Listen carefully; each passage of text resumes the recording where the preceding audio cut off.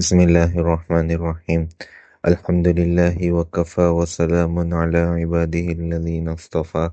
أما بعد، فعن أبي هريرة رضي الله عنه قال قال رسول الله صلى الله عليه وسلم: من صام رمضان إيمانا واحتسابا غفر له ما تقدم من ذنبه. متفق علیہ۔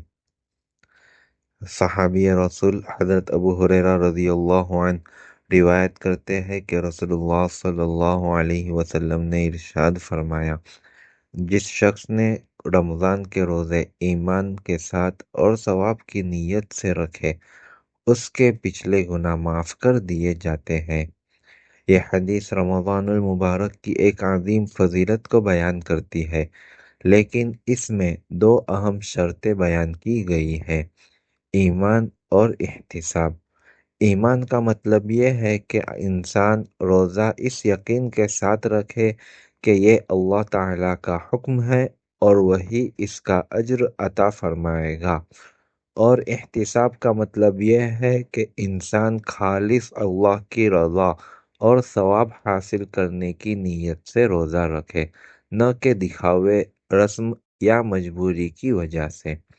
اس حدیث سے معلوم ہوتا ہے کہ رمضان صرف بھوکا اور پیاسا رہنے کا نام نہیں، بلکہ یہ دل کی کیفیت اور نیت کی درستگی کا نام ہے۔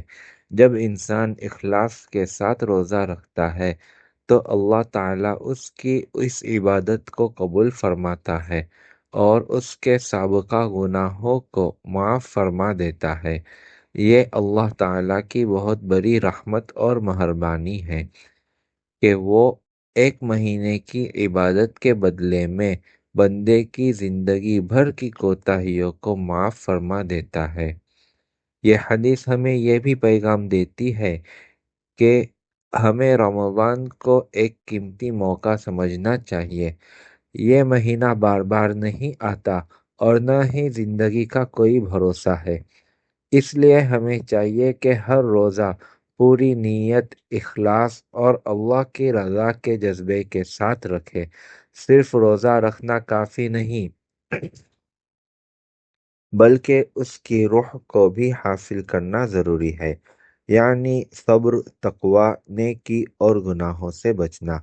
اگر ہم ایمان اور احتساب کے ساتھ روزے رکھیں گے تو نہ صرف ہمارے گناہ معاف ہوگے، بلکہ ہماری زندگی بھی بدل جائے گی۔ ہمارا دل اللہ کے قریب ہو جائے گا، ہمارے اعمال بہتر ہو جائیں گے اور ہم ایک نئی پاکیزہ زندگی کا آغاز کر سکیں گے۔ خلاصہ کلام یہ کہ رمضان مغفرت کا عظیم موقع ہے اور ایمان و اخلاص کے ساتھ رکھا گیا روزہ گناہوں کی معافی کا ذریعہ بنتا ہے۔